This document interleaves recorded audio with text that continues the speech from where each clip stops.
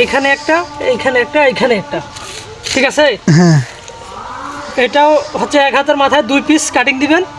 আবার এই পাশ থেকে যেটা শাড়ির কুতি করবেন এটাও কিন্তু 1 হাত করবেন, মানে বাংলায় আপনার কইলাম। আচ্ছা আমি এখানে একটা কাটি দিব, এখানে একটা দিব? না না, এক জায়গায় দুইটাই দিবেন। এক জায়গায় দুইটা দিব? এই নামগুলো আছে না, নাঙ্গল আমাদের ওদিকে নাই, কিন্তু গর্ত করা যায় আলু যে কারণ ওরকম আছে। হ্যাঁ হ্যাঁ, ওইটা দিয়ে ইয়া করিয়া ফাল করিয়া এই জায়গায় 2টা কাটিং ফালাই দিবা, দিয়ে 1.5 হাতের মাথা আবার 2টা দিব। 1 হাত 1 হাত 1 হাত 1 হাতের মাথায় আবার 2টা দিবা।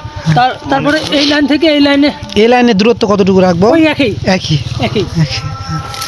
মনে করে ইয়ে আমি কই আপনার কাটি গাছে না গাছালে হবে নাকি? হ্যাঁ, এইভাবে কোনো রকম যেন এই কাঠিটা যেন মাটি দিয়ে যেন ঢাকা দেখা না যায়, দেখা না যায়। আমার কথা শুনে সিস্টেম কিন্তু একই। একই কোনো নাট বানাট করা লাগবে না, খালি এইভাবে ফালাই দিবেন। কেন এই পাশে 2টা কাটিং গিট থাকছে, এই পাশে 2টা গিট, গিট আছে না দুই পাশে, কিন্তু ফালাই দিবেন, কোনো দূরত্ব করা লাগবে না। এই যে মাপ দিবেন একটা কঞ্চি দিয়া।